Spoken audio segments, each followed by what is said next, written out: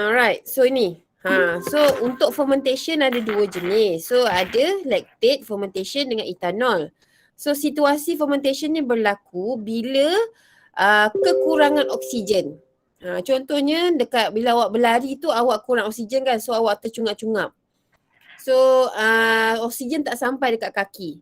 So akan berlaku fermentation lactate dekat situ. Maksudnya lactic acid akan berkumpul kat situ dan akan mempengaruhi kaki awak kejang. Menyebabkan kaki awak tu kejang lah. So itu bila contoh untuk animal lah. So dia boleh juga berlaku dekat plant di mana satu kawasan tu mungkin tak kekurangan oksigen. Contohnya macam tapai ubi ke apa kan. Awak letak dalam kawasan yang bertutup. Sebab tu kalau kita nak buat tapai ke apa, kita kena tutup bendanya. Ubinya ke, pulutnya tu ke, supaya oksigen tak masuk. Okay, so kita tutupkan tu selama beberapa hari ke beberapa minggu ke kan. So itulah situasi bila tak ada oksigen, kekurangan oksigen. So dia akan membuat alcohol fermentation. Sebab itulah orang buat arak ke apa kan. So dia tutup dekat kawasan yang apa macam ada bakul-bakul tu. Okay, so and then lagi satu kalau terlampau makan banyak sangat tapai ke apa, dia akan jadi macam kita rasa macam mabuk sebab dia alkohol. Okay, tapi in small amount lah. Lepas tu ini dah ada proses dia. Just nak ingatkan. Okay, just nak ingatkan ini proses dia lactate fermentation iaitu glukos kepada pyruvate. Perasan tak? Proses ini adalah proses yang kita biasa dengar. Glycolysis kan glukos jadi pyruvate kan? Inilah dia. So kalau untuk lactate fermentation, pyruvate tu sendiri akan turun balik, terima elektron daripada NADH. NADH tu akan bagi elektron dekat pyruvate. So NADH tu akan jadi NAD+, dan pyruvate tu akan jadi lactate. Nampak tak? Kalau yang biasa yang kita belajar hari tu ada link reaction, Krebs cycle, ETC tu semua, yang pyruvate ni akan pergi sana. Link reaction semua tu. Link reaction, Krebs cycle tu semua tu. Yang NADH ni pergi mana? Pergi ke ETC kan. Ingat tak yang panjang-panjang tu? Okay. Tapi dalam fermentation situasi yang kurang oksigen, pyruvate tu tak jadi masuk mitochondria, tak jadi masuk link reaction, tak jadi masuk Krebs cycle. Pyruvate tu akan stay dalam cytoplasm dan akan terima balik NADH yang tadi tu. Okay, so dia akan jadi lactate. Faham So inilah secara hari tu macam dah terangkan. Okay, tapi tak apa. So yang ini lactate, yang ini adalah alkohol. Nampak tak beza dia? Yang ini sama, glycolysis. Ni dengan ni sama. Sama dengan lactate tadi tu. Cuma bezanya dekat sini. Kalau lactate, pyruvate tu sendiri yang akan terima kan NADH tadi kan, elektron tadi tu. Jadi ethanol, jadi lactate tadi tu. Tapi kalau dalam plant, pyruvate tu akan mengalami proses decarboxylation. Buang karbon. Okay, so pyruvate tadi tu ada, yang ada 3 karbon ni, akan jadi 2 karbon sahaja bila karbon dibuang dalam bentuk CO2 ni. Okay. So inilah ada beza antara ethanol dengan alkohol. So kembali balik pada kita punya soalan tadi tu. Ni. Kembali balik pada soalan kita yang ini. This one. Okay. So ini sama. Ethanol, lactate, dua-dua mengalami proses glycolysis. So atas ni kalau soalan tanya, saya rasa ada soalan tu tanya apa N. So N ni adalah glycolysis. Tahu Cumanya dekat sini. Plant cell dengan animal cell, plant cell ada 2. Animal cell ada 1. Hopefully kamu boleh detect lah tadi apa 1 dengan 2 tadi tu Okay, so kembali balik pada soalan. Name the type of cellular respiration. Yang ini adalah jawapannya fermentation. Okay, salin. State in what condition does the cellular respiration in 6A occur? In absence of oxygen ataupun lack of oxygen. Salin-salin. So kiranya soalan A tadi tu bergantung pada bukan soalan B tu. Sekejap. Mana soalan ni? Bergantung pada soalan ni. Kalau awak jawab atas ni aerobic respiration, aerobic. Yang bawah ni pun awak akan cakap in presence of oxygen. So akan salah. So dah rugi markah kat situ. Okay. Lepas tu give one example of the importance of this process. So agak-agak untuk apa? Apa importance dia? Apa importance of this fermentation process? Apa? Jawab. Saya cakap je ni line pun dah tak clear ni Tak kuat line dia. Apa importance of fermentation process? Jawab. Apa dia?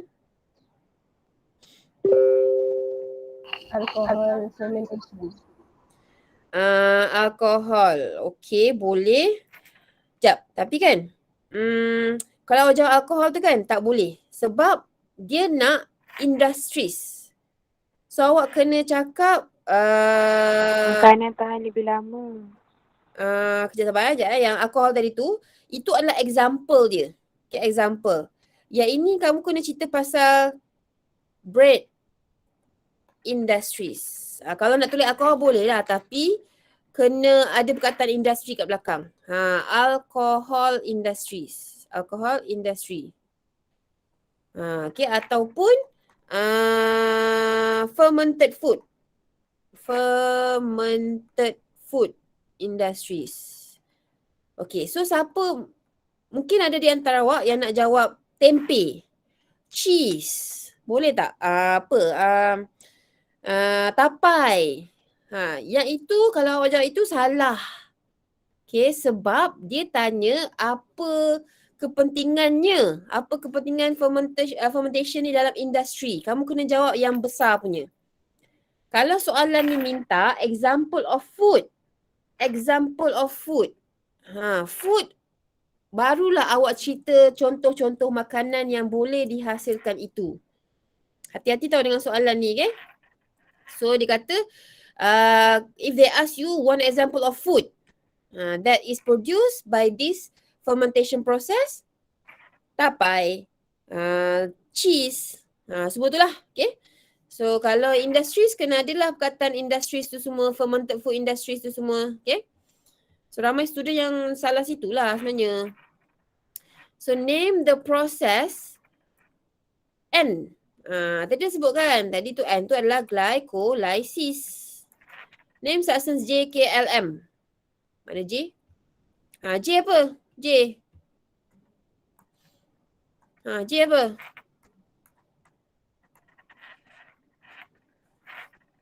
Atas ni dekat sini. So what is J?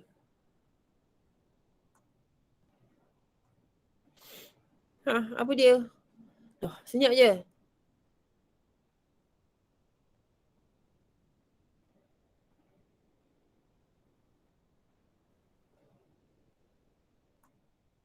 Tahu ke tidak ni J tu apa? Produk daripada glycolysis.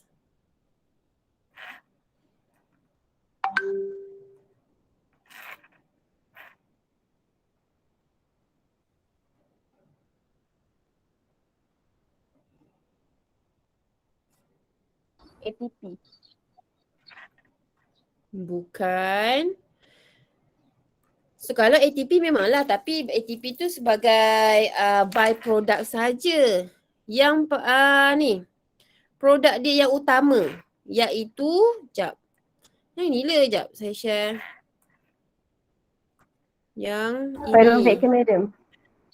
Ya, jap ni Nampak ni Jap, sharing. Ni. Nampak ni pyruvate, produk glycolysis ni, So glucose masuk glycolysis jadi pyruvate. So yang inilah yang J tu. J itulah yang akan masuk sama ada jadi etanol ke, acetaldehyde ke, ataupun yang pyruvate terus jadi lactic acid tu. Yang ini atas ni. Ini pun pyruvate juga. So inilah J. Okay. So dah. So saya share balik yang tadi. So kiranya yang ini adalah J itu adalah pyruvate. Pyruvate. Okay, so yang K. K apa? Perasan tadi tu ada ni perkataan ni. Acetaldehyde. Acetaldehyde. Acetaldehyde. Betul. Sebab dia dekat plant. Plant fermentation, alcohol fermentation kan. Okay. Yang L. Mana L kat sini? Yang L. Apa? Plant punya. Ethanol. So yang L ni Ethanol adalah ke? yes, banyak ta tu. Etanol. Ataupun kalau awak nak jawab alkohol pun boleh. Yang M adalah pyruvate. Sebab pyruvate tu sendiri yang akan pergi pada NADH. Okay, so dalam animal kan. So how many ATP produced from this process in figure 7? Berapa ATP terhasil daripada proses kat atas tu? Berapa?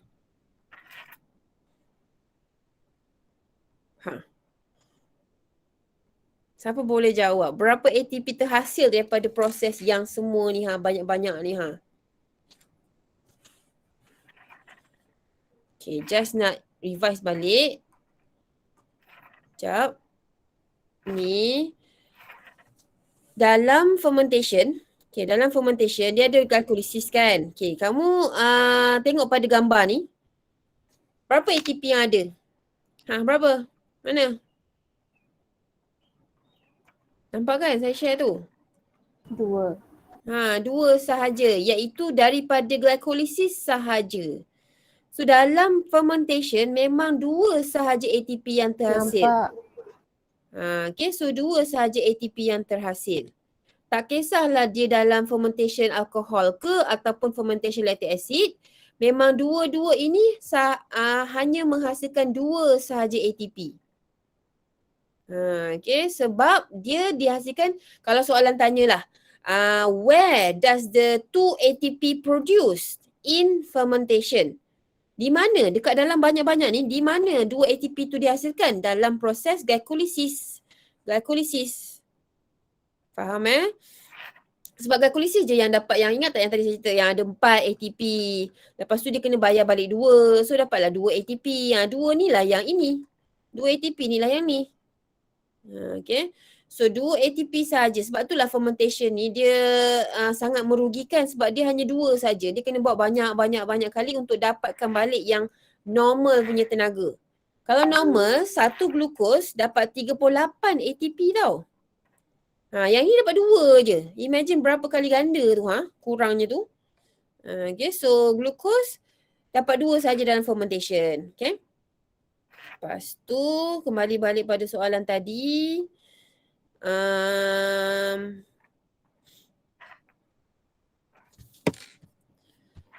So how many ATPs? 2 lah. Okay, what is the role of NADH in the above process? Electron carrier.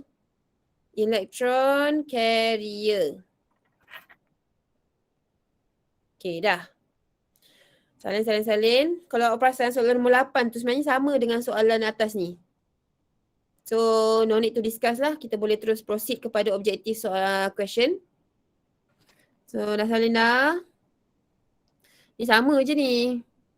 Nampak yang sama. Cuma beza dia satu benda dekat sini. Dah salin dah.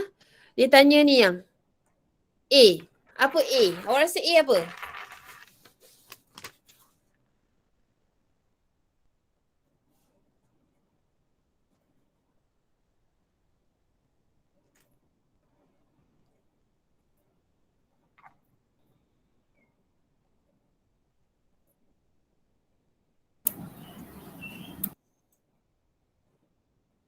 A tu apa?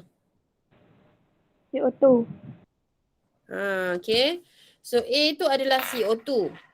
Buktinya adalah dekat, saya tunjuk kepada yang tak, siapa yang tak nampak kat mana, kenapa CO2 pula? Sebab tengok ni Ni.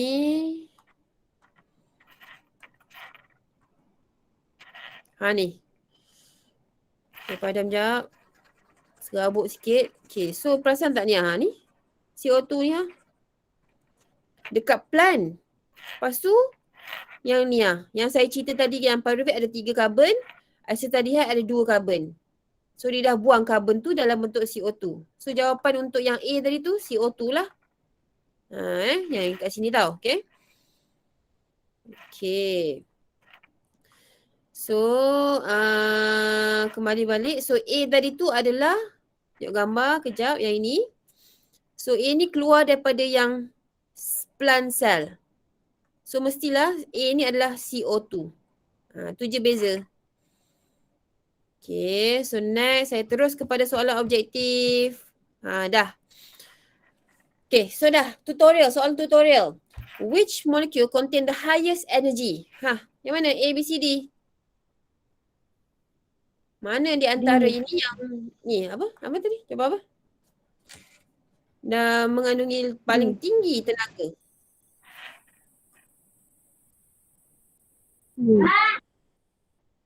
B bola. B. Betul. Jawapannya adalah salah. Okay, so jawapannya sebenarnya daun. Kenapa daun? Sebab, okay, kita tengok balik. ATP ni, ATP lah tenaga kan? Glukos ni akan dapat 38 ATP. Betul. Okay, betul. 38 banyak tu. Okay. Tapi, sucrose.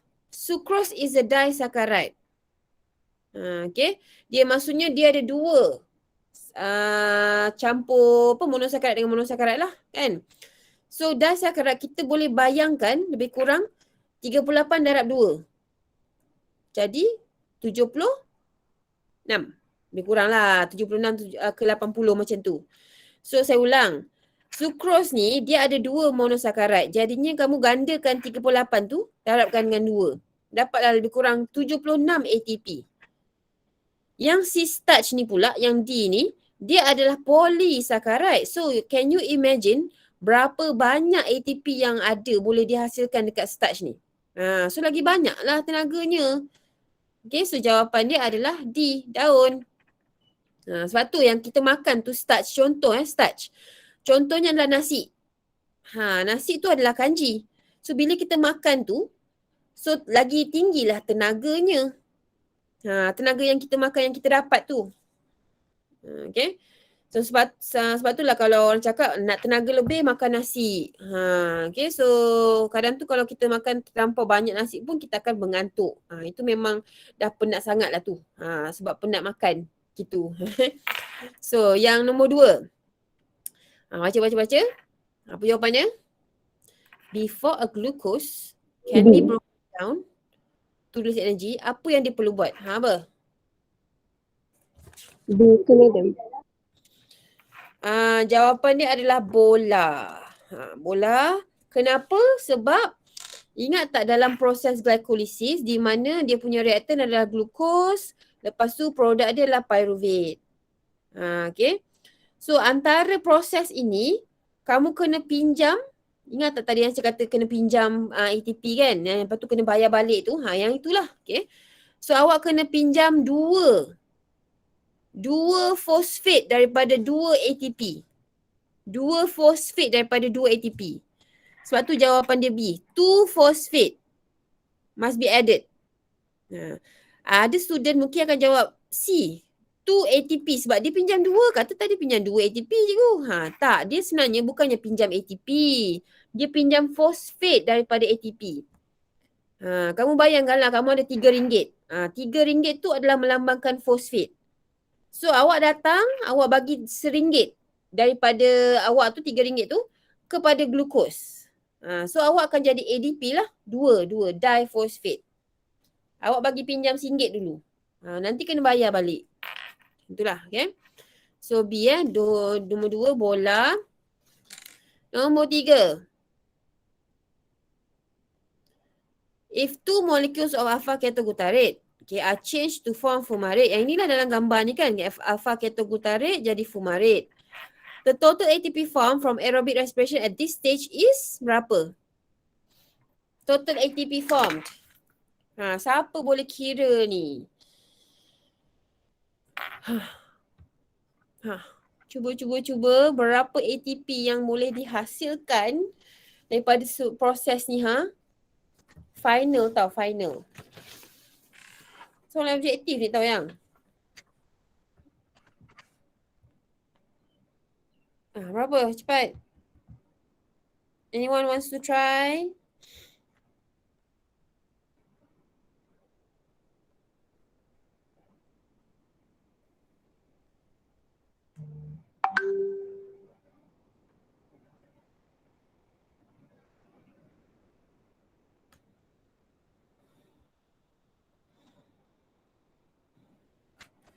Ada tak jawapan siapa-siapa?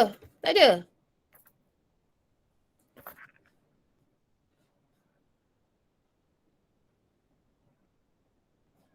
Tak ada? Tak ada? Tahu tak macam mana dapat ni? Kau tak tahu, saya terangkan. Kau tahu, saya bagi jawapan je. Tak tahu. Macam ni. Jawapan dia sebenarnya adalah 12.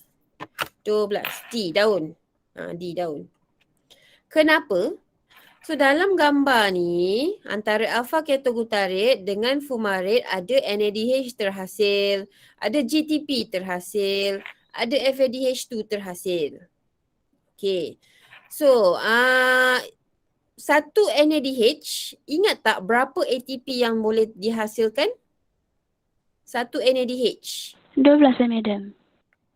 Jawapan dia 12. Tapi penerangan macam dia 12 tu, niat saya nak terangkan lah ni. So, satu NADH, berapa ATP yang boleh dihasilkan? Satu NADH. Ni dalam ETC tu yang, ingat tak? ETC. Satu NADH berapa ATP? Lepas tu satu FADH tu berapa ATP? Berapa? Itu yang kamu kena ingat sebenarnya ni tau. So nak jawab soalan ni kena ingat benda ni. Yang ETC hari tu.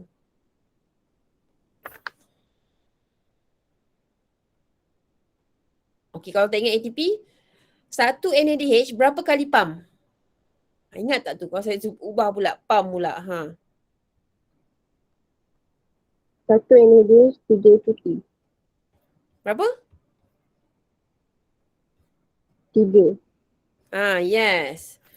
So, satu NADH, 3 ATP. Kenapa 3 ATP? Ingat tak yang hari tu dalam ETC electron transport chain, gambaran dia macam ni. Yang ada protein 1, lepas tu ada protein 2, ada CoQ, lepas tu ada protein 3. Lepas tu dia ada protein 4. Ini ada ubiquinon. Macam tu. So yang saya cerita NADH datang bagi elektron satu kali pump. Perasan tak? Lepas tu yang ini pula bila elektron sampai sini pas sini, satu kali lagi pump elektron. Bukan elektron, hidrogen. So pas kat sini satu lagi pump hidrogen. So 3 kali pump. 3 kali pump bermaksud 3 ATP yang akan terhasil. Okay. So satu NADH 3 ATP. Kalau satu FADH2 berapa ATP? 2. Sebab dia 2 kali pump sahaja. Yang saya cerita FADH2 tu, FADH2 dia bagi elektron dekat yang sini. Bukan nombor 1, dia bagi nombor 2. Dia dah skip nombor 1 tu. So 2 pas elektron, 1 kali pump dekat yang protein 3 ni. Lepas tu dia pas dekat protein 4. So yang ini 2 kali pump. So satu FADH2 2 Kembali balik pada soalan. Satu NADH ni ada darabkan dengan 3 lah. Yang FADH2 ni darabkan dengan 2. Dapat Sekejap.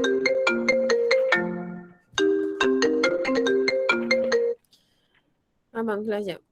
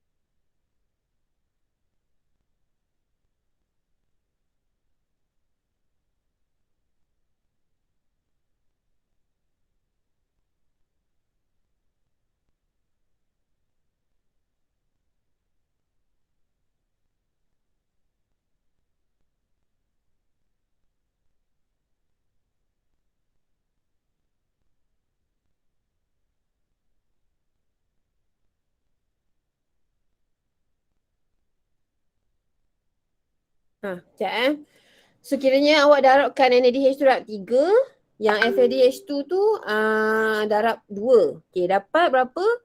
3, 5 kan? Okay, tapi yang GTP tu dapat berapa ATP? Yang GTP tu yang macam ni. So yang ini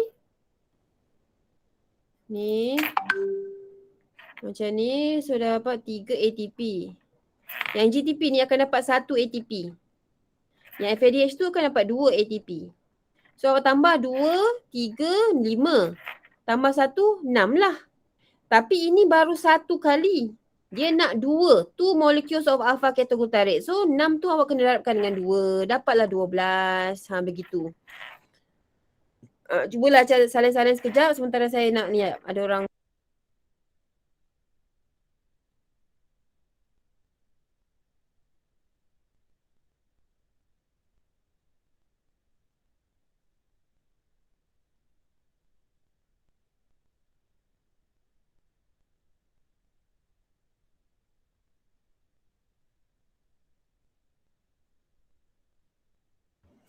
Faham tak? Faham tak?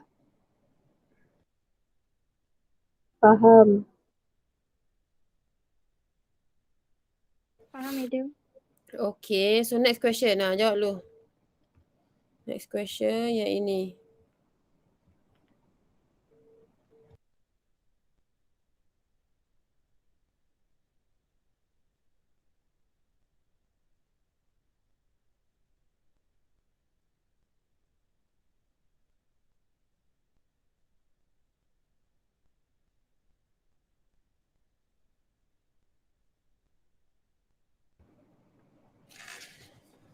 So oxidative phosphorylation, apa jawapan dia?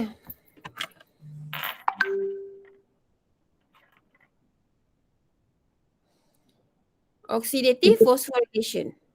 Apa? B. B tu madam. 4 bola. Addition of phosphate to ADP using energy gained by transfer electron along a chain of... Okay, betul. So keyword dia oxidative phosphorylation ni, just nak ingatkan, dia adalah salah satu proses dalam penghasilan ATP. Ingat tak? Satu lagi tu substrate level phosphorylation. Satu ni adalah oxidative phosphorylation. Okay. Dan yang ini oxidative phosphorylation ni berlaku dekat ETC, electron transport chain. So dalam jawapan awak yang B ni, sebab tu ada ini, electron along a chain of carriers. Okay, so itu ETC lah maksudnya. Okay. So untuk menghasilkan energy ATP.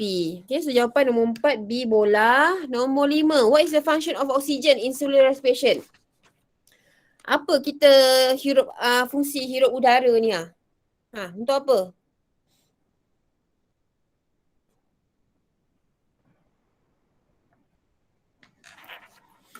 Apa jawapannya? Apa jawapannya?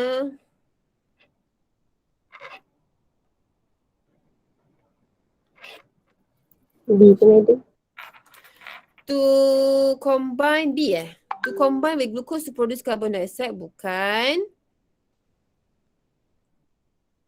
Ingat tak yang saya cerita bila kita hembus nafas tu, CO2 tu keluar tu, dia bersama-sama dengan air. So dia ada yang inilah C, to form water. Sebab oksigen ni, Talin, if you have your books there, tulis sekali terus. Oksigen sebagai last electron acceptor.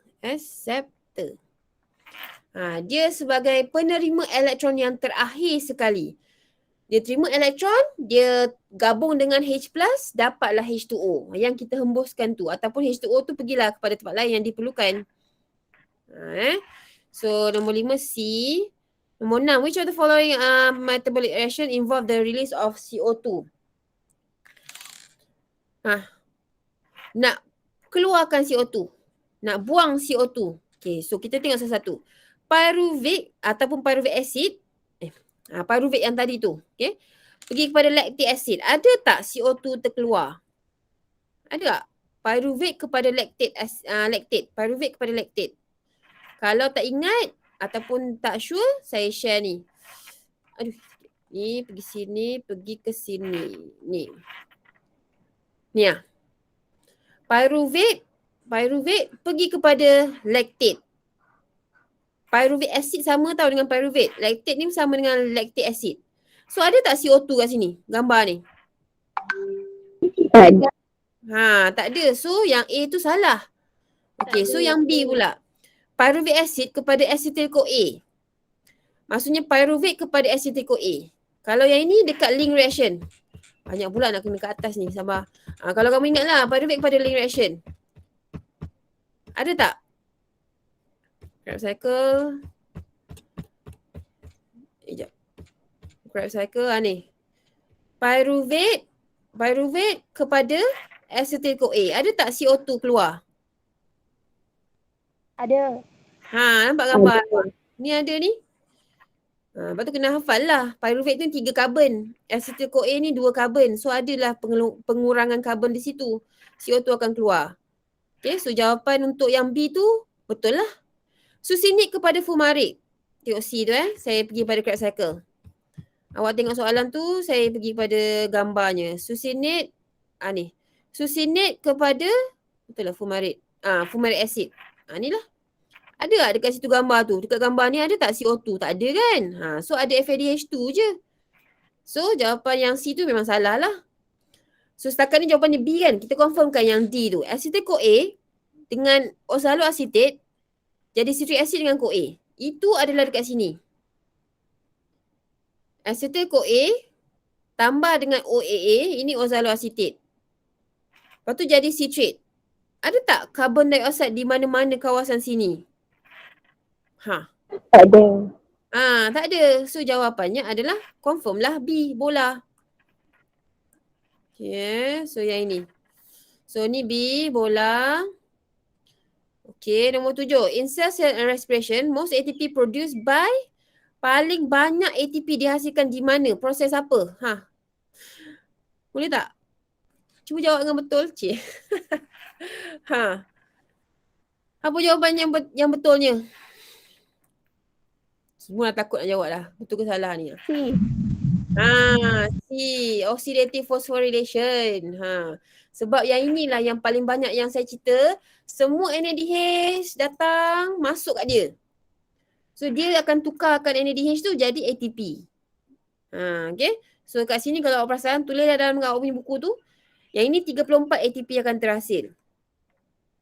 Glycolysis 2. Substrate level ni banyak tempat boleh berlaku. So substrate level ni sebenarnya ada 4. 4 lah. 2 glycolysis, 2 dekat Krebs cycle. So ni lah. Anaerobic respiration adalah fermentation. So 2 ATP saja. 2 je yang saya cerita tadi kan. 2 je. Okay, so next. Which of the following releases most energy during respiration? Most energy. Sebenarnya soalan nombor 7 dengan 8 ni sama. So boleh tak kaitkan?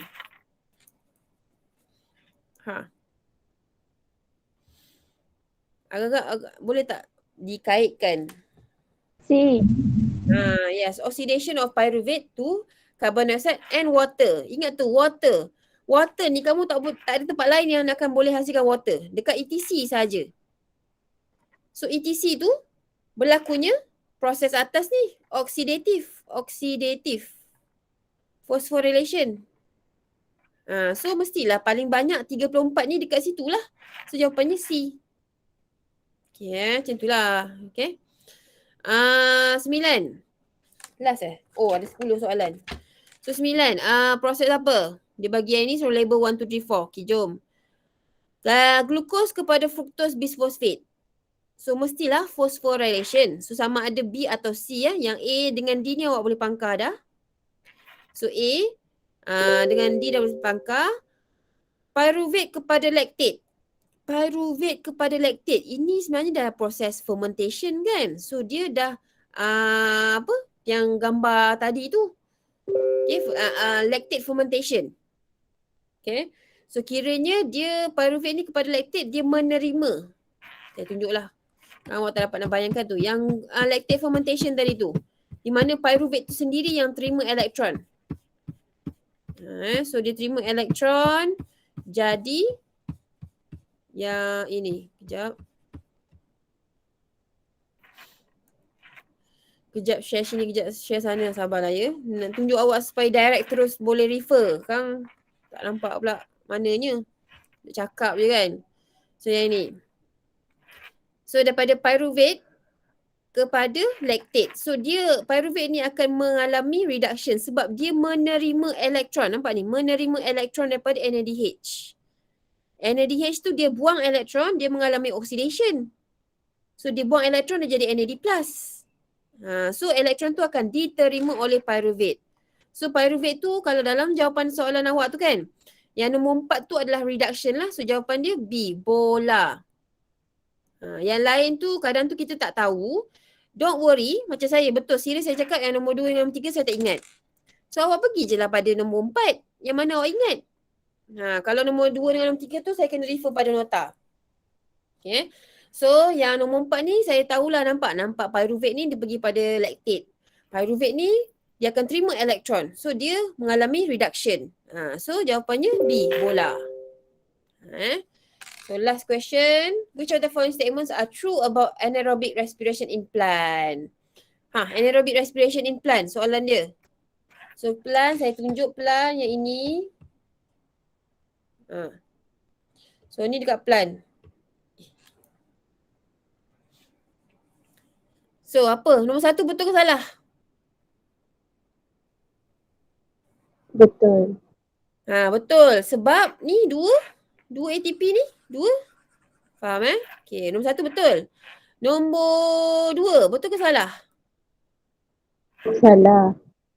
Salah sebab dia bukan 4, dia adalah 2. 4 tu Salah. memang produk dia ATP kan, tapi net dia adalah 2 sahaja. So nombor 2 tu salah. Nombor 3, the end product of ethanol you know 8.